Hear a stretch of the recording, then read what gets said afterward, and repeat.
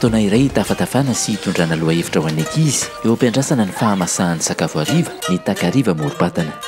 Orakizy arivany andro fa midia amin'izay te ampita fananarana sy lova-tsofina ho an'ireo tarana ny dadabe Rakotondramanga toy ny ainany fony tamin'izy mbola tanora.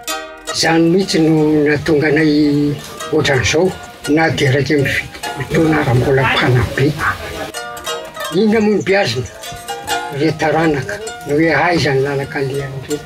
Efa lehibe sy mahazoazo saina daholo ianareo zao. Atsipy ny tady atandroko ny omby, atsipy ny teny ampon'ny malala.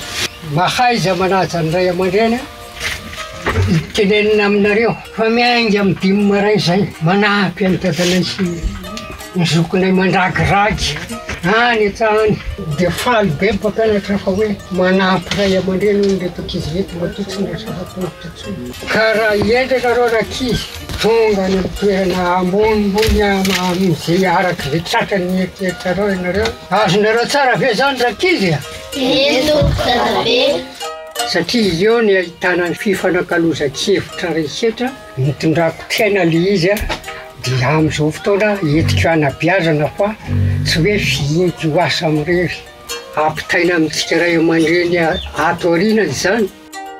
Dia andehandratsika hamahana obolana gisa laminaketsa ono